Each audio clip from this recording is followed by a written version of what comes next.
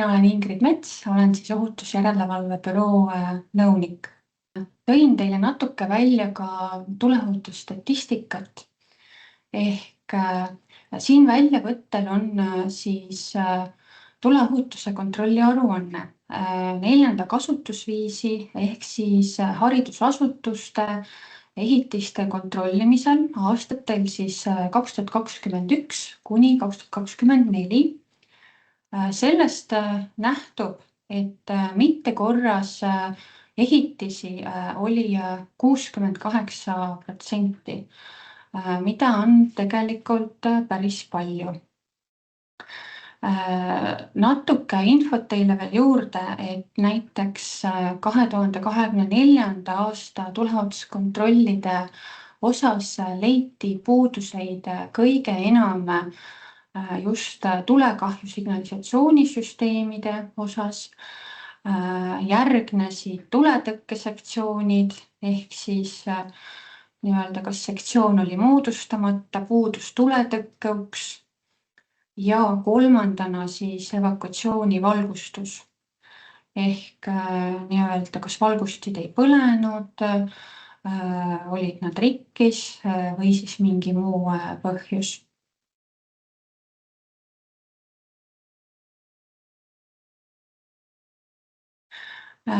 Natuke olen siia sisse toonud ka teile hoone tulekahjude statistikat. Sellest statistikast võib eristada siis kahte koondtekkepõhjust. Üks on elekter ja teine on siis kuritahtlikkus või huligaansus. Et elektriga seotud nii-öelda põhjustena on siis 5 juhul elektripaigaldise rike, 3 juhul elektriseadme rike ja samuti 3 juhul siis elektriseadme vale kasutamine. Et näiteks, mis on seotud elektripaigaldiste riketega, siis näiteks elektrikaablil on kruviklemmidega jätkatud alumiiniumjuhtmetelt vaskjuhtmetele, nii-öelda on pumbajuhtmete süttimist olnud, on rikkeid seadme automaatikas olnud, samuti on olnud ka veekeetjarikke, mis on väga tavapärane nii-öelda seade või masin siis nii-öelda haridusasutuses, mida tegelikult igapäevaselt kasutatakse. Samuti on olnud ka lühis akupatareis. Samuti on oldud hooletud siis elektriseadme kasutamisel. Näiteks puidu lõikamisel lõigati ekslikult ka kruvisse, millest siis tekkis säde, mis omakorda lendas siis ventilatsioonisüsteemi kanalisse. Või näiteks isik kasutas elektripliiti ja pani siis poti sisse rätikuid pesemiseks, seejärel aga unustas selle ning toimus siis kõrbemine. Samuti on olnud selliseid juhuseid, kus on kasutatud omavoliliselt ümber ehitatud elektrikerist. Kui me nüüd mõtleme kuritahtlikkusele koos lahtise tule kasutamisega ja laste mängimisega tulega, siis see tähendab, et õpilaste poolt on pandud näiteks paber või mingi muu põlev materjal põlema, kas siis WC-des või siis muudes ruumides.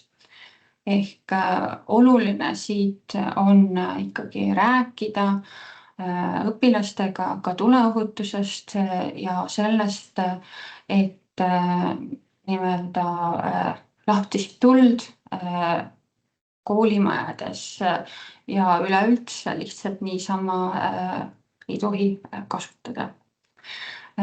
Mis on hoonete puhul oluline, on kindlasti see, et elektripaigaldise audit on vajalik läbi viia ja seadet on vajalik kasutada siis vastavalt tootja juhisele.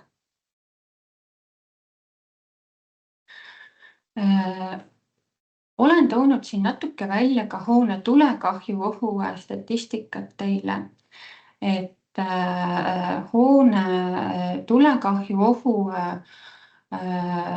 sündmuse nii-öelda tekkemehhanism on tegelikult tulekahjuga sarnane, aga selle tagajärjed on leebemad. Sellega ei kaasne ehitisele tekkinud nii-öelda kahju või see inimese elule, tervisele tekkinud kahju on üldjuhul siis väiksem. Ja sellise sündmuse edasiarengu korral, ütleme siis, kus see ei ole kustutatud, võib tekkida siis nii-öelda varaline kahju või siis kahju inimese elule ja tervisele.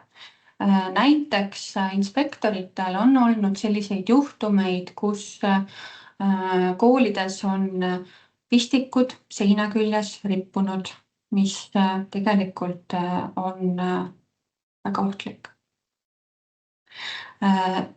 Tulekahju ohusündmuste puhul, kui me vaatame seda slaidi siin, siis eristuvad samuti kaks peamist põhjust. Üks on jällegi elekter ja teine on siis toidu valmistamine. Elektriga seotud tekkepõhjused on valdavalt seotud siis riketega elektripaigaldistes või siis seadmetes, näiteks valgustites, pistikutes, harudooside juhtmetes, föönides, seadmete akudes.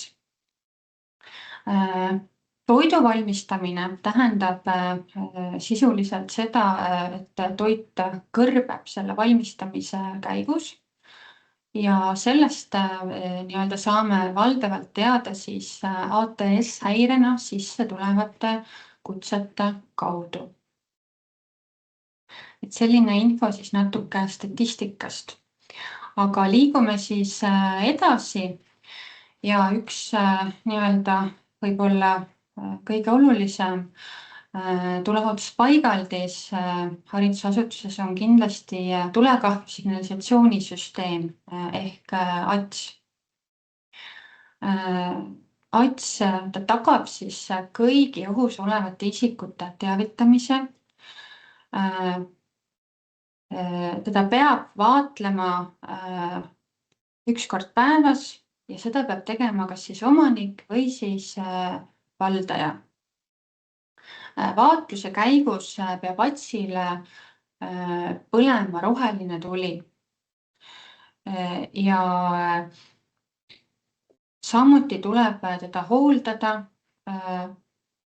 Talle teostatakse kvartali aastahooldus ning seda saab teha nii-öelda pädev teenusepakkuja, kellel on siis majandustegevuse registris kanne ja peale hooldust peab kindlasti teenusepakkuja väljastama selle kohta akti. Kui nüüd ATS keskseadmel on mingi veateade, siis tuleb sellele reageerida kiiremas korras. Ja kõik rikked, sündmused, veateated, samuti ka hooldustööd peab olema märgitud hoolduspäevikusse. ATS keskseadme puhul peab olema määratud vastutav isik. ATS vastutav isik peab olema koolitatud siis hooldusfirma poolt seda seadet kasutama. Ja see peab olema kindlasti see inimene, kes tuleb häire korral kiiresti kohale ja avab siis päästjatele või siis turvafirmale ukse. Et palun ärge määrake selleks ATS vastutavaks isikuks inimest, kes elab näiteks teises linnas ja kes ei saa kiiresti reageerida. Mis on oluline? Oluline on see, et selle ATS keskseadme juures oleksid ka vajalikud dokumendid. Selleks on siis paiknemisskeemid, lühikasutusjuhend, kindlasti ka päevik, nagu ma eelnevalt mainisin, ning operatiivkaart. Operatiivkaart on oluline, sest see annab päästjatele info hoone kohta ja ta kiirendab siis päästetööde teostamist. Nagu ennem mainisin, kõik valehäired, rikked tuleb märkida päevikusse ja neile tuleb reageerida kiiremas korras. Mis neid valehäireid võivad põhjustada? Tihtilugu on selleks näiteks putukad, tolm, aurud, suitsud, ka see näiteks, kui seade on hooldamata või kui ta on aegunud.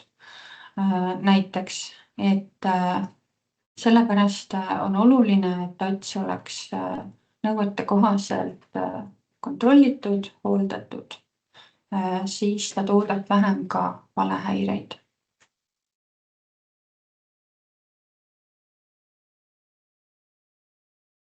Liikudes siit edasi, siis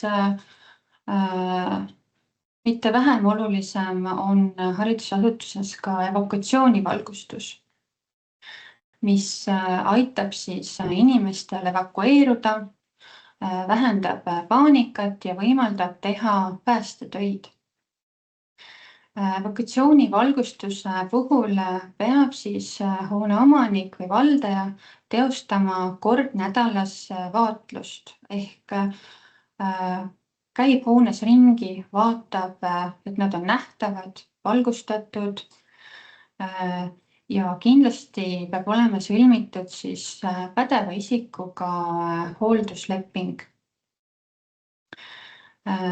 Teenusepakkuja puhul on tema kohustused siis teostada kontrolltoiminguid ning kanda siis tulemused hoolduspäevikusse. Evakuatsioonivalgustust tuleb kontrollida kord kuus ja üks kord aastas tuleb teostada siis evakuatsioonivalgustuse hooldus. Kui evakuatsioonivalgustid on töös ja töötavad korrektselt, siis on ka väljapääs kiiresti leitav.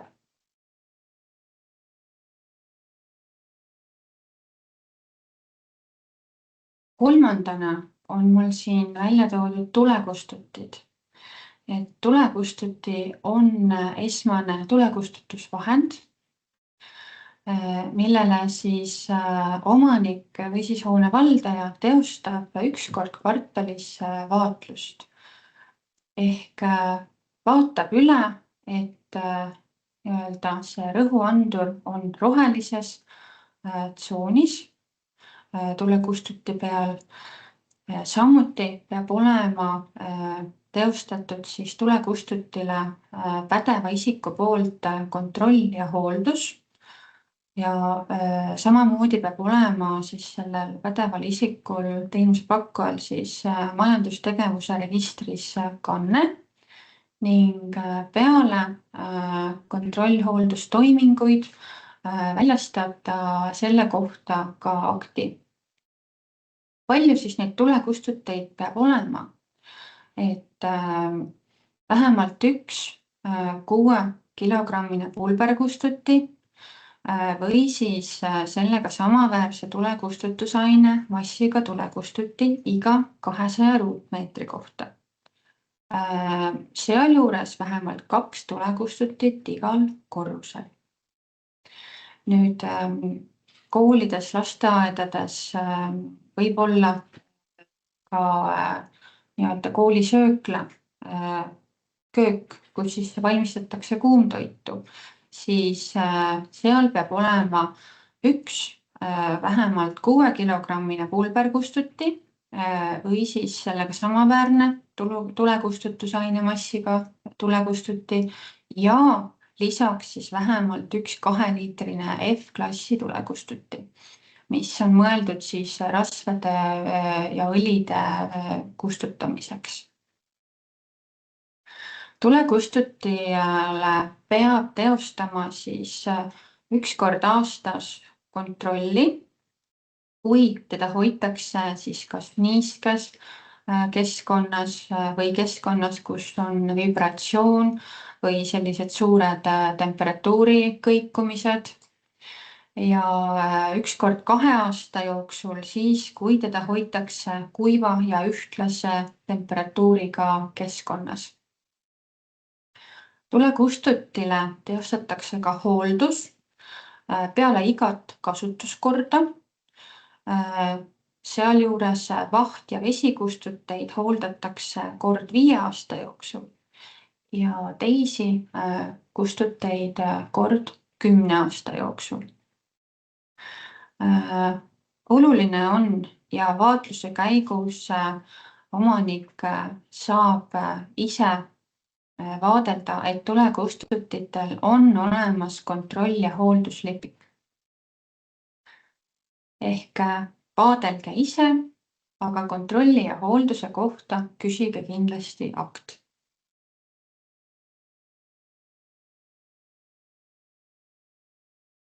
Väga oluline on tule ja suitsu leviku piiramisel hoones ka tuletõkke uksed.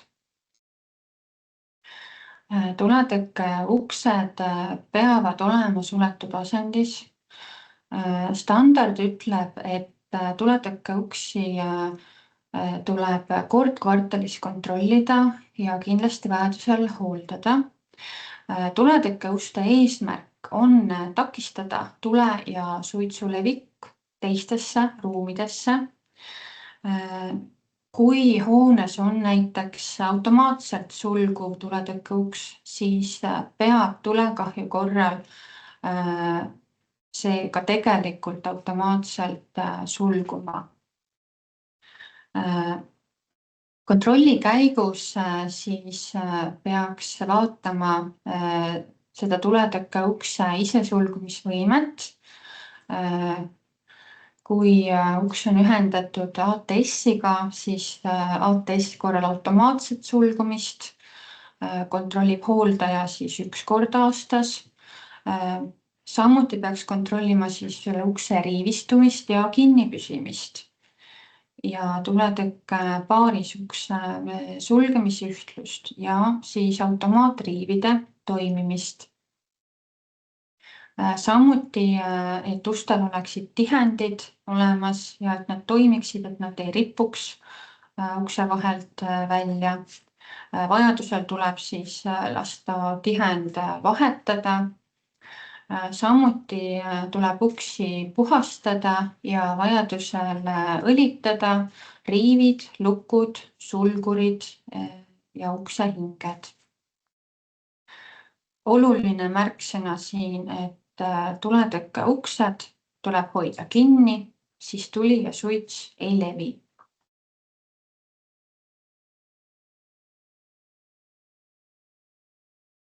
Üks suurim probleem, mitte ainult võib-olla ka haridusasutustes, on põlevmaterjali hoiustamine ja ladustamine. Põlevmaterjali on keelatud hoida evakuatsiooni- ja väljumisteedel, ventilatsiooniruumis, elektrikilbiruumis, serveriruumis. Näiteks viimane väga traagiline tuleõnnetus oli 1995. aastal Saaremaa Ühisgümnaasiumis, kus hukkus siis 2 õpilast ja haiglaravile suunati lausa 20 õpilast. Seal siis esimese ja teise trepikoja vahel võtsid tuld võimla, poroloon ja kummimatid. Keskmiselt tekib tulekahju 9 haridusasutuses aastas, mida on ikkagi palju. Arvestades, et suurem osa on lapsed, kes meil on haridusasutustes, on evakuatsiooni ja väljumisteede vabana hoidmine ülioluline. Seepärast ka märksõna siit, et hoidke evakuatsiooni ja väljumisteed puhtad. See kiirendab päästetöid ja tulekahju korral hoonest välja pääsemist. Siin ka mõned näited fotodena, kuidas siis on evakuatsiooniteedel seda põlevmaterjali hoitud. Siinkohal evakuatsioonitrepikojad on siin fotodel näha. Et kindlasti soovitan peale infotundi käia oma asutus läbi ja veenduda, et teil ei oleks evakuatsioonitrepikojas ja väljumisteedel põlevmaterjali.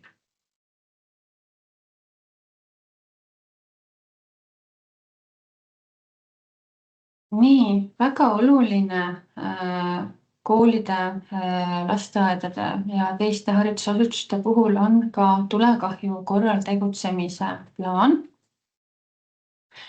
mida siis reguleerib tuleohutuse seaduse määrus 43, mille eesmärk on siis see, et inimestel oleks ohutu ja hoida ära tulekahju korral siis varaline kahju. Tulekahju korral tegutsemise plaanis peab olema siis välja toodud andmed ehitise kohta, sealhulgas siis tuleohtlikkus, paigaldiste info selle kohta, kuidas töötajad teavitavad tulekahjust, kuidas tuleb evakuatsioon läbi viia ja tulekahju korral tegutseda ning kuidas päästemeeskonnaga koostööd teha. Plaaniga koos peavad olema ka evakuatsiooniskeemid. Evakuatsiooniskeemil peab olema siis välja toodud tulekahju teatenuppude asukohad, tulepustutite asukohad. Kui hoones on ka tuletõrje voolikusüsteem, siis ka voolikusüsteemi kappide asukohad. Evakuatsioonitee peab olema välja toodud ja seda siis rohelist värvi pideva joonega. Vajadusel siis ka mõned muud olulised tähistused.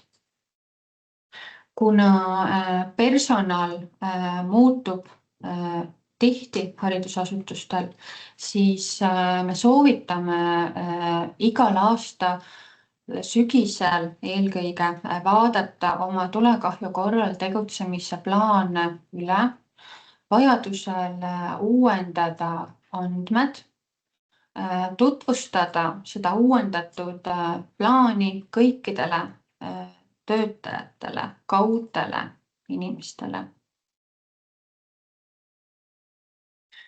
Kõik inimesed, kes siis selle plaaniga tutvuvad, kinnitavad selle oma allkirjaga. Ja märksõna siit, et teadlik töötaja on tegelikult hindamatu ja võib päästa elu ning vara.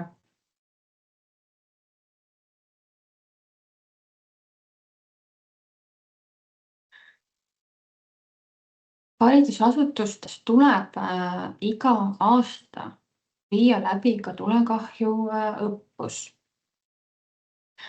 Selle korraldamise ja kokkuvõtte tegemise eest vastutab siis ettevõtte või asutuse juht. Õppuse võib läbi viia kas siis asutuse väline, ettevõtteväline või ka asutuse sisene inimene. Õppuse korraldamist reguleerib siis samuti tuleohutuse seaduse määrus 43. Märtsis 2021 muutus tuleohutuse seadus, mille järgi siis võib evakuatsiooniõppust läbi viia ka asutuse või ettevõtte väline inimene, kellel peab olema siis tuleohutusspetsialist tase 5 või tuleohutusekspert tase 6 kutsetunnistus koos vastava valitud kompetentsiga. Kui evakuatsiooniõppuse viib läbi näiteks kooli või lasteaia direktor või muu töötaja, siis temal seda kutsetunnistust olema ei pea. Kui evakuatsiooniõppust viib läbi nii-öelda asutuse või ettevõtte väline inimene ehk siis teenusepakkuja, peab tal olema samuti majandustegevuse registris vastav kanne ja nii-öelda pädev kutsetunnistus, tuleohutusspetsialist tase 5 või tuleohutusekspert tase 6 koos vastava valitud koolituskompetentsiga.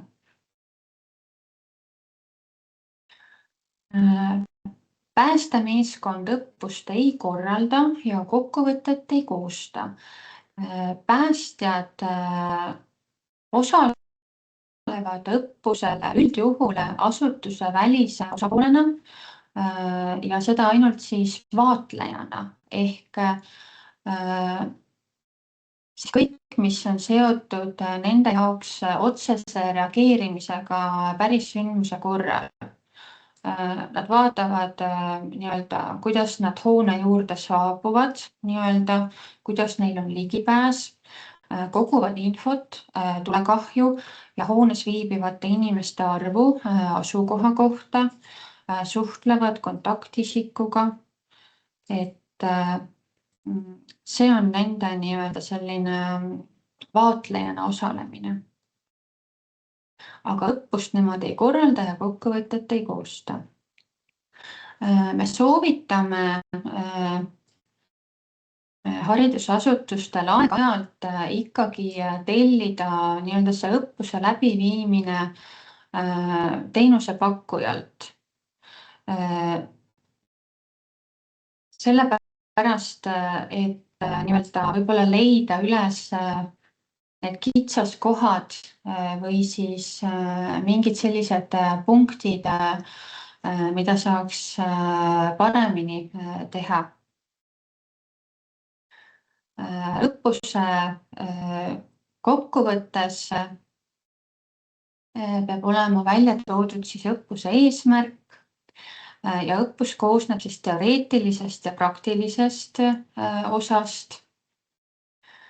Kusjuures teoreetilise osa võib läbi viia ka näiteks e-koolitusena.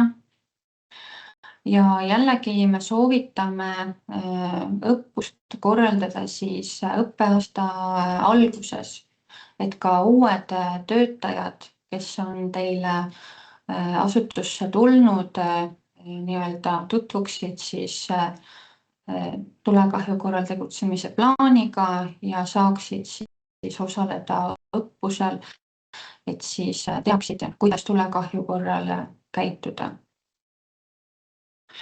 Ja õppus siis tegelikult kontrollib seda, kas tulekahju korral tegutsemise plaan nii-öelda klapib või on vajalik seal läbi viia mingid muutused, ehk siis on vaja võib-olla seda plaani mingis osas uuendada.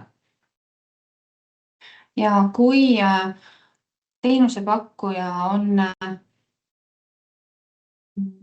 õppuse kokkuvõttes välja toonud märkuseid või soovitusi, siis nendega tuleb samuti tegeleda. Silmas tuleb ka pidada seda, et kool on lahti ka muul ajal peale õppetööd ja võib-olla toimuvad seal mingid üritused, kus viibivad ka mitte ainult kooliõpilased, inimesed väljaspoolt kooli. Ja siis on oluline, et oleks teada, kuidas tuleb siis tulekahju korral käituda ja milliseid juhiseid järgida selleks, et tagada ohutus.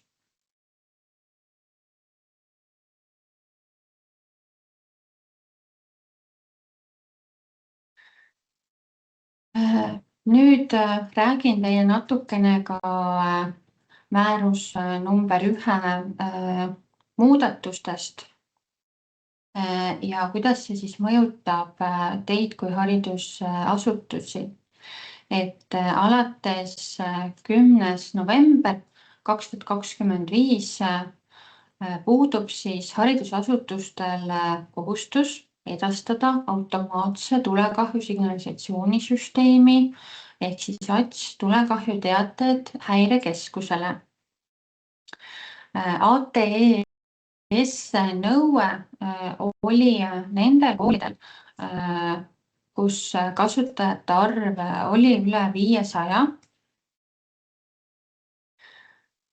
ja ATS-i nõue häirekeskuses kaob ära majutusasutustest, kogunemishoonetest, kuhu kuuluvad ka haridusasutused ja büroohoonetest. Edaspidi toimub häirekeskuse teavitamine telefoni teel, helistades 112. Kellel on ATS, siis ta peab oma teenusepakkujaga lõpetamise kokku leppima ja edasised tingimused üle vaatama. Kindlasti on vajalik ATS koolitus läbi viia siis keskseadme kasutamise osas. Ja Päästeamet lõpetab mittekohuslaste tulekahju teadete vastuvõtmise häirekeskuses alates 1. maist 2026, kui seda varem ei ole tehtud. Seoses selliste muudatustega on kindlasti vajalik üle vaadata ATS dokumendid ja ka tulekahju korral tegutsemise plaan uuendada ning teha seda hiljemalt siis 1. juuliks 2026.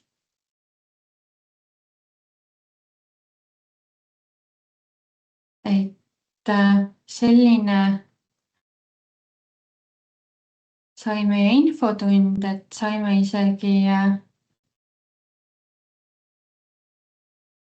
enne aega lõpetatud, aga mina tänan, et olete ohutuskultuuri eestvedajad haridusasutustes ja tänan, et teile läheb korda ohutus oma koolis, lasteaias või mõnes muus haridusasutuses. Aitäh! Ei tea, kas meile on küsimusi ka tekkinud?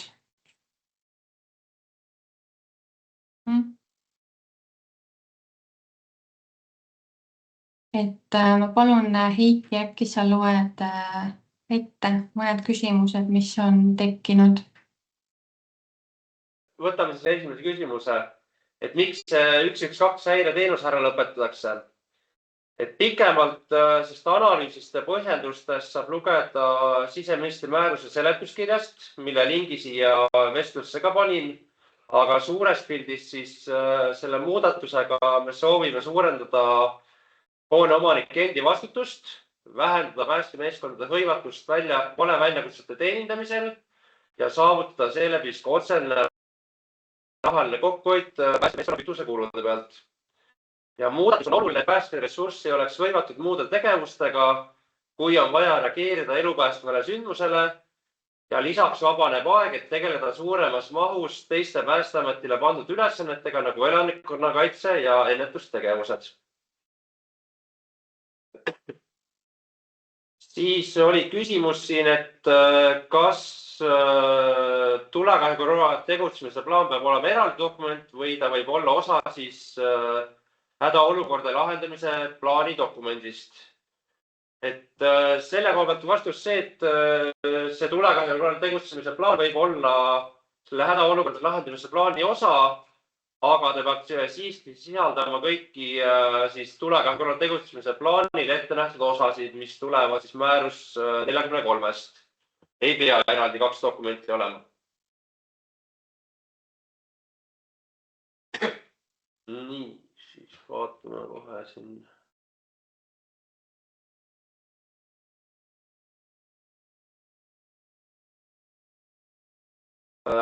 Siis oli küsimus, kas tulekahju korral tegutsemise plaan peab olema avalik kodulehel, ei pea olema avalikult üleval.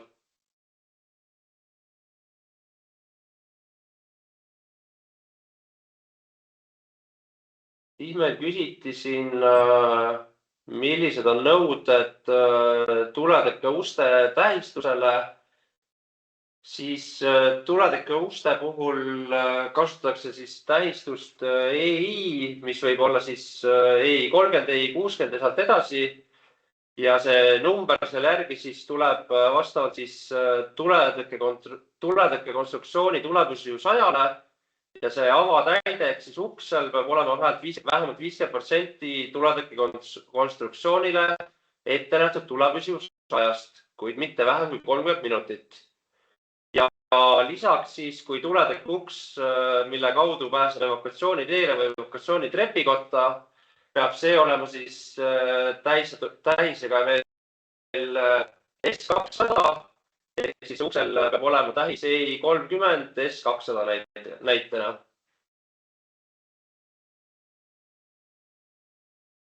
Siis küsiti, kas asutuse sisemine inimene võib evakuatsioonikoolitust läbi viia, kas see kehtib ainult haridusasutuses või muudes asutustes. See kehtib jah kõigile, et tegelikult igas asutuses võib seda läbi viia, ka hoone enda siis ettevõtte ütleme siis lepingule töötaja, aga see õppus peab ikkagi olema läbi viidud vastavalt siis selle siseminister määrus 43 ette nähtud nõuetele. Ehk ta peab sisaldama praktilist osa, mille osad on ka siis välja loetud seal määruses, mida ta sisaldama praktilises osas. Teoreetilist osa ehk õppuse läbiviimist ja peab olema ka dokumenteeritud siis vastavalt määrus 43-le.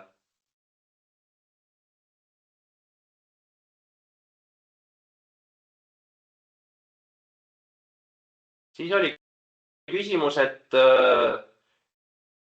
kuidas see tulekahjusignalisatsioonisüsteemi kasutamise osas, keda peaks koolitama ja kes selle koolituse läbi peaks viima. Ja lisaks oli veel küsimus, et kuidas siis kulud kaetakse nii-öelda. Et tulekahjusignalisatsioonisüsteemi koolituse tegemine on selle süsteemi hooldaja ülesanne. See on nüüd jällegi hoone ja ütleme siis hooldaja vaheline lepinguline suhe, mis siis tuleb täpselt kokku leppida, kas see on tasuline või ei ole tasuline, see on kõik juba lepinguste küsimuste teema, aga jah, see on hooldaja peaks seda koolitama. Ja soovitus oleks vähemalt kord kvartalis kontrollida seda, et kas personal, kes seda tulekahjusignalisatsioonisüsteemi kasutama peab, kas ta tõesti oskab seda ka teha. Ja siinpool on heaks variandiks, kuidas ta ütleme siis praktiliselt läbi katsetada, on siis, kui toimub hoones signalisatsioonisüsteemi hooldus, siis on võimalik tegelikult kõiki neid nuppe ka keskseadme peal läbi katsetada, isoleerimist, vaigistamist, kokkuleppele siis selle süsteemi hooldajaga. Ja soovitan kindlasti seda teha. Infotund on jah järelvaadatav meil, tuleb siis meie kodulehel üles ja saadame siis kõikidele osalistele, kes siin osalesid. Ja tõenäoliselt ka siis läbi haridusministeeriumi saadame seda infot siis ka, et kes täna osaleda ei saanud, et kus see asub.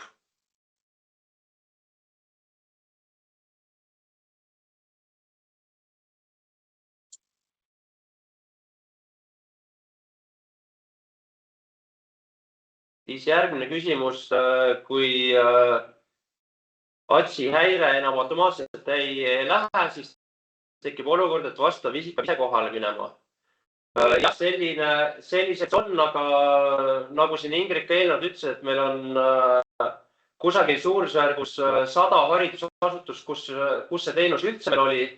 Meil on Eestis kokku ligi 42 000 mitteeluhoonet, kus on tulekahju signaalatsioonisüsteemi kohustus ja kõikides nendes ehitistes on samasugune korraldus, et tulekahju korral peab keegi selle siis avastama, kontrollima ja ka häirekeskusse helistama. Ja kui ATS hakkab tööle, siis erinevad võimalused on jälle siin koostöös turvateenust pakkuvate ettevõtetega, et saab turvafirma kontrollima minna, saab erinevad lahendusi mõelda, et see nüüd ongi koostöös siis hoone omanikel, valdajatel siis kokku leppida, millised need lahendused on ja need lahendused peavad siis saama ka tulekahju korral tegutsemise plaani kirja, kuidas edaspidi siis häire kontrollimine ja tuvastamine käib.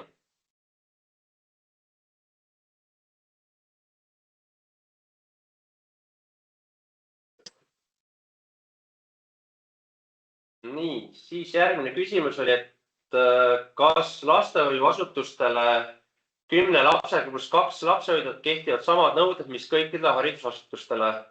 Kas ATS peab olema või piisab autonoomsest tulekahjusignalisatsioonist?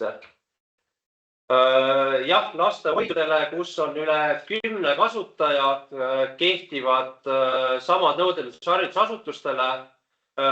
Need nõuded ei ole muutunud vähemalt siin 10 aastat, need on püsinud samana ja peab siis täpselt vastavalt ruumidele, kasutajate arvule siis need tingimused täpselt hoonepõhiselt üle vaatama ja siis peavad sinna ka siis vastavad paigaldused saama.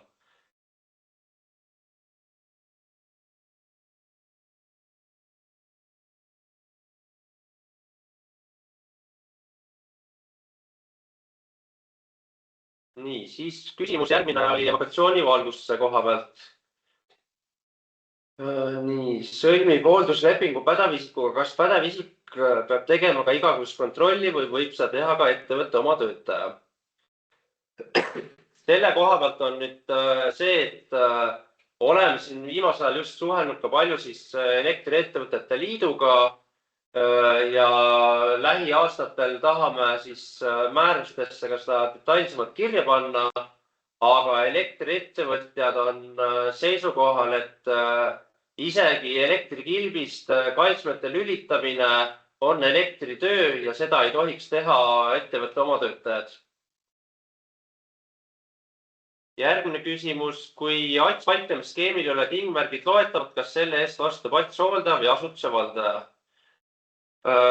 Asutuse valdaja vastutab selle eest, aga ATS hooldaja on siis see, kellega koostöös need peavad saama siis uuendatud, loetavaks. Samamoodi ei tohiks tegelikult olla käsitsi kirjutatud andurite numbreid, infot seal paiknemisskeemidel. Ehk see on koostöös jälle ATS-i hooldajal ja asutuse valdajal ülesanne need joonised siis teha, uuendada, loetavaks teha. Eks siin peab jälle kokkuleppel siis teenusepakkaga. Nii, järgmine küsimus. Palun veel kord rääkida skeemist. Seal olid pildid, peab olema märgitud peamised evakuatsiooniteed, häirenupud, tulekahju asukohad ja mis ja veel. Need nõuded siis jah, evakuatsiooniskeemidele, mis on tulekahju korral tegutsemise plaani üks osa, on toodud määrusest 43 ja seal jah, siis on ka siis näidis olemas, aga suures pildis jah, seal peavad olema märgitud evakuatsiooniteed peal, kus kaudu saab hoonest välja, tulekahju korral häirenupud, tulekustutise asukohad ja siis muud olulised hoone jaoks olulised punktid, näiteks kus on näiteks gaasi väljalülitamine, kus käib elektri väljalülitamine, kui seda on võimalik märkida, et sellist täielikku loendit ei ole, aga siis miinimumnõuded on jah meil kirjas, siis, mis seal peavad olema.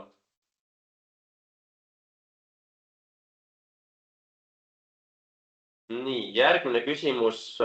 Mis on teie soovitus, millist tüüpi hoonel või harjutusasutusel automaatteavituse süsteem Päästeametile võiks alles jääda, kuigi nõuet enam pole? Erandid, millistel hoonetel siis nad alles jäävad, on toodud siis selles siseministri määruses. Eks see jääb alles hoonekandeasutustele ja siis suurõnnetuse ja ohtlike ettevõtetele. Ja lisaks siis on üksikud erandid ka siis muuseumitele, arhiividele ja siis veel elutähtsat teenuse osutajatele. Et need on leitav samamoodi nii määrusest kui seletuskirjast, millised erand on.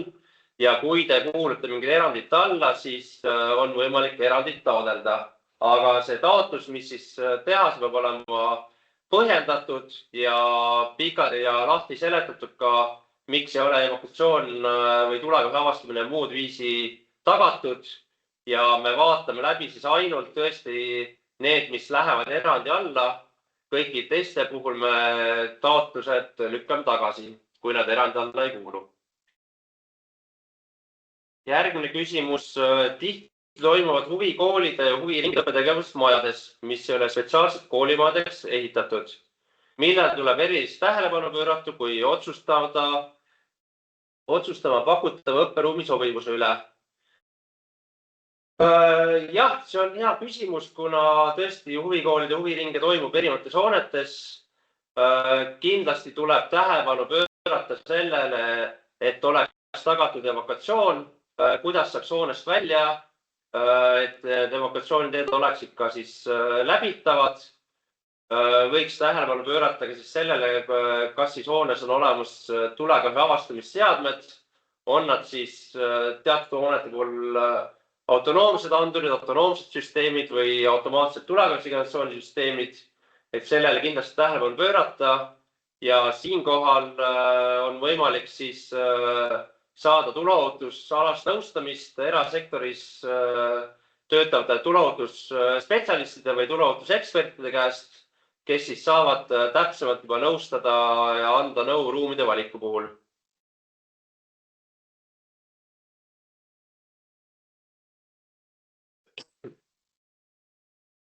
Nii, siis järgmine küsimus.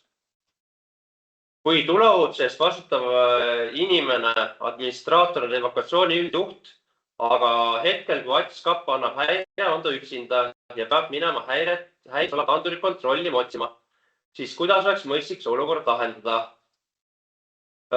Ei oska konkreetselt vastata, kuna see ikkagi oleneb täpselt nüüd sellest hoonest, asutusest, aga jah, need tuleb läbi mõelda. Siinpool jällegi saate koostööd ja nõu tuleohutusspetsialistid, tuleohutusekspertide käest erasektorist, kellega koos siis saaksite need teemas läbi mõelda, leida võib-olla mingid teised inimesed, täiendavad inimesed juurde, kas siis on eraldi inimene, kes on evakuatsiooni üldjuht, eraldi inimene, kes läheb tulekahju kontrollima, et need lahendused tuleb teil endal läbi mõelda ja vastavalt selles ka tulekahju korral tegutsemise plaani kirja panna.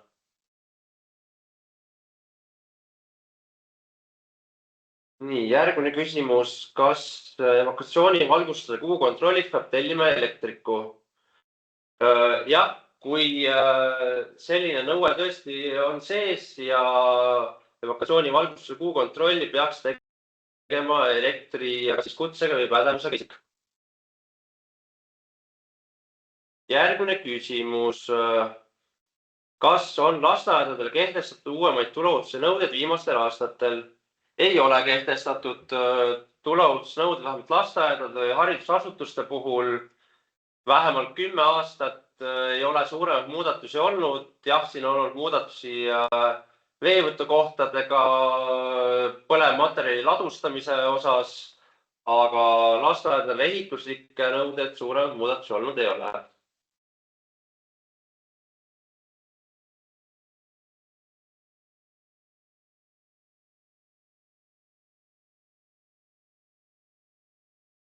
Nii, siis on jälle sama küsimuse jätkuks. Ehk kui on lastehoius 10 last ja 2 lapsehoidjat, siis vastus on, et peab olema ATS-süsteem, kuna üle 10 inimese. Kuid kui lastehoius on 8 last ja 2 lapsehoidjat, siis on luba alla 10 inimese liikmese väikse lastehoiul. Mis juhul peab olema, et ATS-süsteem mitte? Meil hetkel 10-liikmeline seltskond ei pea olema. Tuleohutuse mõistes meie ei loe eraldi lapsi ja lapsehoidjaid või kasvatajaid, me loeme kasutajaid. On see siis 8 last ja 2 lapsehoidjat või on 5 last ja 5 lapsehoidjat. Kui see arv ületab 10 kasutaja, siis sealt tulevad juba järgmised nõuded ja need nõuded on ka siis tuleohutussignatuurisüsteemile.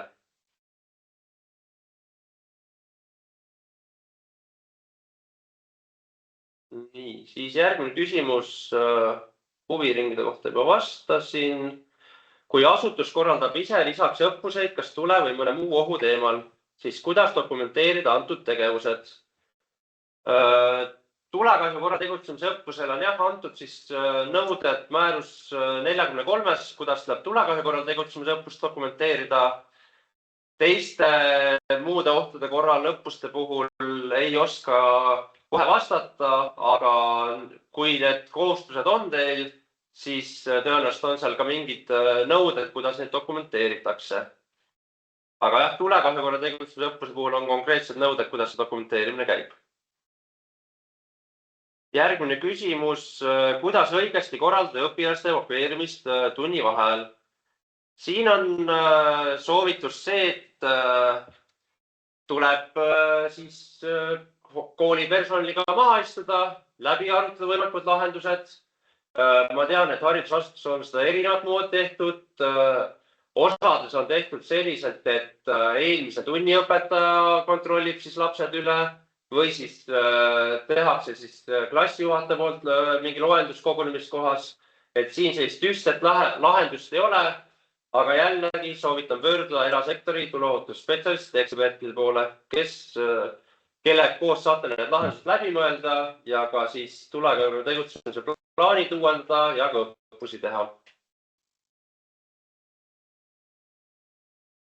Nii, järgmine küsimus.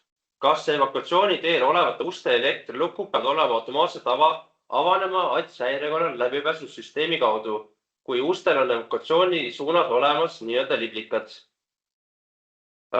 Kui evakuatsiooni sulused ehk on ta siis liblikad, poomid on olemas, siis ei pea nad automaatselt avanema, aga soovitusena võib siiski olla see, et nad avanevad ka automaatselt. See nüüd kõik oleneb jällegi sellest, kuidas see lahendus täpselt on üles ehitatud. Aga tõesti, evakuatsiooni teel olevad uksed peavad avanema ilma abivahenditeta. Selle abivahendite all mõeldakse nii võtid kui ka tegelikult läbipääsukaarti, mis on elektrooniline võti. Ehk tegelikult, kui see liblikas või avamispoom on olemas, mille kaudu saab see ukse avada, siis tegelikult on juba esmane lahendus tagatud.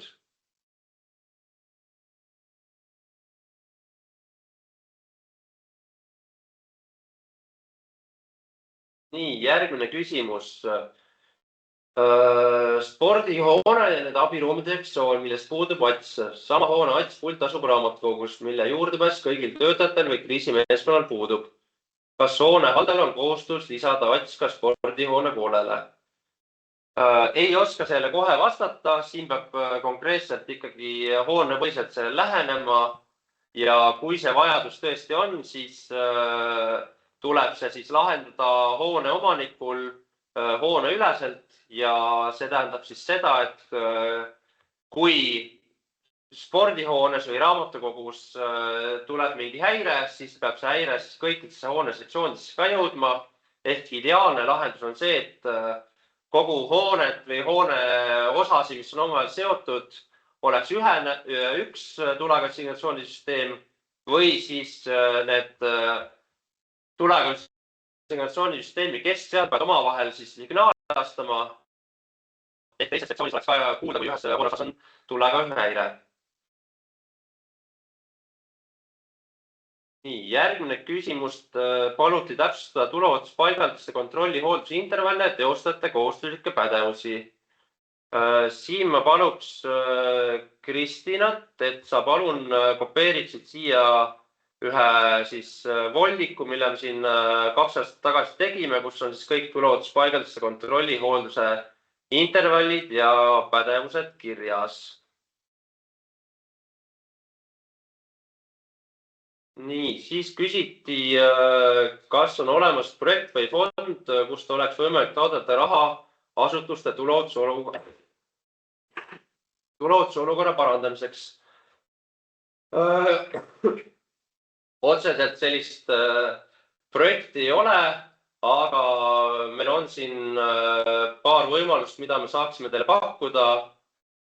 Palun siis otse minuga ühendust võtta ja saame läbi rääkida. Tõesti üks koostööprojekt on, aga selle osas siis võtke minuga otse ühendust. Saatsin ka oma emaili aadressi siia.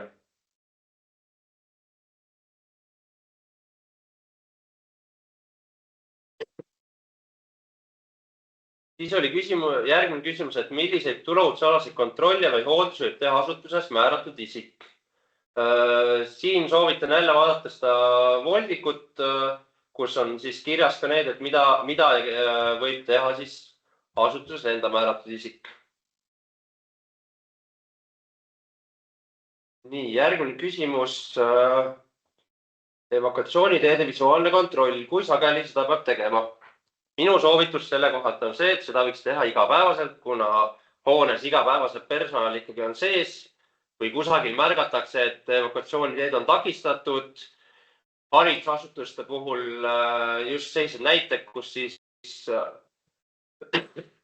ürituse ajaks või ürituse toimumise ajaks on näiteks saalis tõstetud välja toolid, matid kuhugi koridori evakuatsiooni trepikodadesse. Kui sellist asja märkate, siis kindlasti andke asutuse vastutavale isikule sellest teada. Järgmine küsimus. Kui tihti peab tegema õppust, kas võime õppus ise korraldada, kas häire peab minema otse Päästeametile? Kas see õues peab olema kogunemiskoha viit ja siis edasi veel järgmine, kas peab olema pikk see kaitse? Ehk siis hakkame algusest pihta. Õppust tuleb teha iga-aastaselt. Õppust võib ise korraldada ja õppuse korraldamisel peab järgima siis määrus 43 kirja pandud siis nõuded. Ehk see peab koosnema praktilisest osast, teoreetilisest osast ja see peab olema vastavalt siis määruse nõuetele dokumenteeritud. Kui siiski meie soovitus on, et kasutada õppuse korraldamisel siis erasektoris olevaid tuleohutusspetsialiste eksperte, kes saavad siis oma pilguga ka kõige selle pilgu peale lisata nii tulekahjukorra tegutsemise plaanile kui ka õppuse korraldusele ja anda endapoolseid soovitusi ja nõu siis kuidas paremini või teistmoodi või on kõik hästi siis õppust läbi viia. Nii, kas häire peab minema otse Päästeametile? Ei, häire ei pea minema Päästeametile. Häire otse siis ei hakkagi enam minema alates maikuust osades asutustes, kus ta varasemalt oli. Ja kui te soovite Päästeametit, et siis päästemeeskonda kaasata õppusele, siis selline võimalus on muidugi olemas. Et päästemeeskond siis kaasub siis oma tegevuste piires. Nad näiteks võivad läbi mängida siis mingid hargnemisi, evakuatsioonijuhiga suhtlust ja sellise puhul siis pöörduda otse siis piirkonna komando pealiku poole, kellega saate sinna kokkulepet teha. Aga siin puhul mainin uuesti ära, et päästemeeskond ega Päästeamet ega ka vabatahtlikud tuletõrjujad iseseisvalt ei tohi õppust läbi viia, kuna see kohustus on neil see, et neil peab olema siis vastav kutsetunnistus ja seda siis, kui te teenus on sisse ostate, siis saab seda osta teenusena ainult siis tuleohutusspetsialistide või ekspertide käest. Järgmine, kas see õues peab olema kogunemiskoha viitmärk? Sellist nõuet ei ole. Ja minu soovitus on see, et haridusasutuste puhul mitte seda viite või märki ka kuhugile õue panna, kuna teiste hädaolukordade puhul võib ta olla oluliselt suuremaks ohuallikaks, et selline koht on märgistatud. Ja kas peab olema piksekaitse? Piksekaitse nõue tuleb siis vastavalt hoone parameetritele ja tehniliste näitajatele ja oleneb siis konkreetselt hoonest, milline peab olema, millise sagedusega seda kontrollitakse. Et siin ühest vastust ei ole.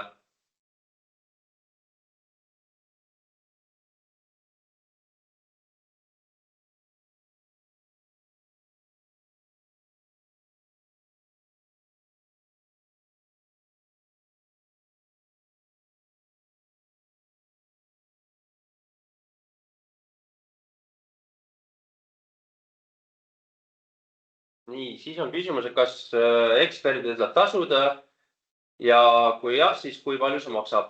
See nüüd oleneb jah, kuna turuohutusspetsialistid, turuohutuseksperdid on erasektoris toimetavad isikud, siis need teenused on tasulised ja kui palju see maksab, see nüüd oleneb konkreetselt hoonest, hoonetüübist ja soovitavast teenusest, mida soovitakse tellida.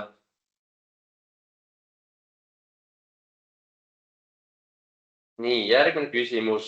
Kas satshäirete edastamise lõpetamine toimub koheselt turvafirma kaudu või see toimub võtab aega? Oleme kõikidele, siis, kes varasemalt on see teenusega liitunud, olnud saatnud siis ka eraldi kirja. Teenuse lõpetamine on siis kokkuleppel selle teenuse pakkujaga ja see toimingu kaua see aega võtab, seda kahjuks ei oska öelda. Kuna see on lepinguline suhe hoone ja teenuse pakkujaga, siis seal võivad olla eraldi tingimused, kuidas see lepingu lõpetamine käib. Järgmine küsimus. Kas Päästeameti infopunkti välisukse elektrirupp peab avanema automaatselt ATSI häire korral territooriumi sissepääsuvärav? Hetkel sellist nõuet meil ei ole, et nad peaks automaatselt avanema, aga loomulikult on võimalik selliseid lahendusi teha ja neid lahendusi läbi rääkida ka siis piirkonna päästemeeskonna, päästekomandoga, et kuidas see ligipääs hoonele toimub, panna sellised needsamad punktid kirja tulekohe tegutsemise plaani ja mida päästemeeskonnad ja päästekomandod ka siis on alati lahkelt nõus tulema tegema, on hoonega tutvumisõppuseid, ehk nad saaksid tutvuda hoonetega, kuidas tegutseda, kus nende võimalused sul on, kus asuvad veevõtukohad, et võtke julgelt päästekomandoga ühendust või komando pealike ja saate tagada endale selle, et päästemeeskond on ka siis hoone territooriumiga tuttavad, kui tõesti peaks see halvim olukord juhtuma. Aitäh kõigile! Aitäh! Nii, aga ma nägin, et siin tuli veel viimane küsimus, et millistel puhkudel, millisel moel on kogunemiskoha märgistus ohuks.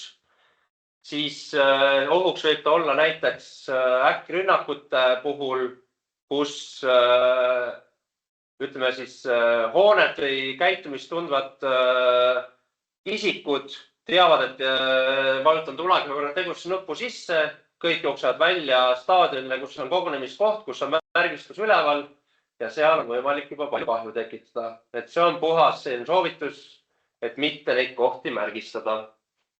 Vähemalt haridusasutustes. Aga aitäh teile kõigile ja ilusat päeva jätku! Aitäh ja päeva jätku!